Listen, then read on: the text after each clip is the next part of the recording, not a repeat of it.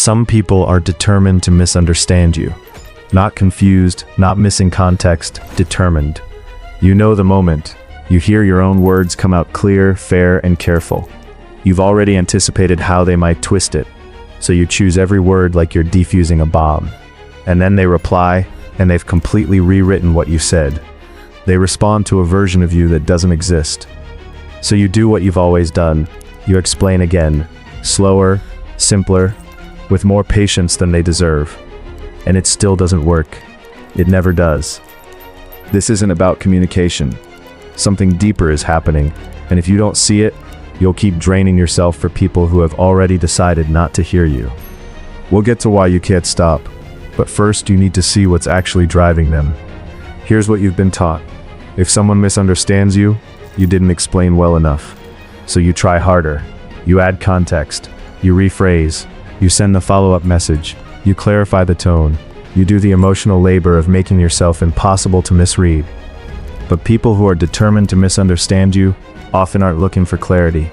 They're looking for control, or cover, or distance. Whatever keeps them from having to actually meet you. Misunderstanding you lets them control the conversation, control the narrative, control you. Every time you explain again, you hand them more material to twist, and you walk away exhausted, while they walk away unchanged. The dangerous part? The exhaustion isn't the worst of it. There's a reason you can't stop explaining yourself. It's not weakness. It's not lack of confidence. It's an old, deep fear that if someone believes the wrong thing about you, you'll disappear. Somewhere in your history, being misunderstood wasn't just frustrating. It was dangerous. It cost you safety. It cost you connection. Maybe it was a parent who believed the worst, a partner who used your words against you, a group that decided who you were without ever asking. So your brain learned a survival strategy. Explain until they understand, or don't stop until you're safe. That worked when you were a kid and had no other option. But now, as an adult, that same instinct is handing your peace to people who have no intention of giving it back. Listen, if they wanted to understand you, they would have by now. When you over-explain in these moments, you're not communicating, you're self-defending. The difference is everything. Communication is an exchange. Self-defense is a one-way performance. You're your own lawyer. The jury left an hour ago. You're still talking. And you know this. Deep down, you know that some people aren't confused. They're comfortable misunderstanding you because it serves them. So why do you keep explaining? Because stopping feels like surrendering to the lie. Stopping feels like agreeing with their version of you. So you keep fighting a battle that was never really about the words. This is the kind of thing most channels never dig into. And we're not done yet. Once you see this pattern, you start noticing who in your life has never actually asked a clarifying question, and who always needs one more explanation. Now we go where most people stop. The reason you feel this compulsion isn't about them, it's about what you believe about yourself.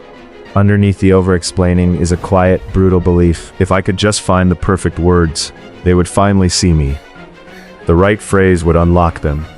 The perfect sentence would force the understanding I've always needed. That's the wound. You're not just explaining to this person in this moment. You're explaining to everyone who ever misjudged you. Every old ghost is in the room, and you're still trying to prove you're not who they said you were. That's why it feels so urgent. That's why it hurts so much when it fails. And this changes everything about how you stop. The answer isn't a technique. It's a choice that will feel wrong at first.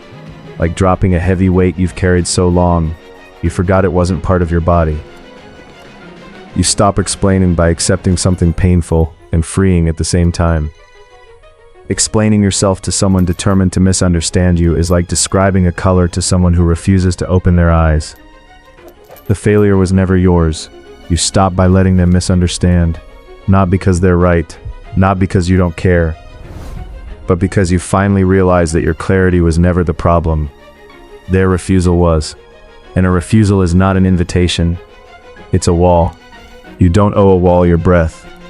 This isn't about becoming cold or giving up on people.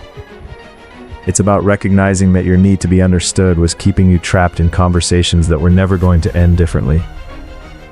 The people who actually want to understand you will ask questions. They'll pause. They'll get quiet when you speak. Everyone else is just noise you've been treating like a signal. If you felt something shift while hearing this, You already know which person came to mind. You already know how many times you've explained yourself to them, hoping this time would be different. It won't be. But you can be. And that's not a loss. It's the first time in a long time you've chosen yourself over their version of you. Who came to mind while you were listening? Drop their first initial below. Or if you've already stopped explaining to someone, tell me what finally made you quit.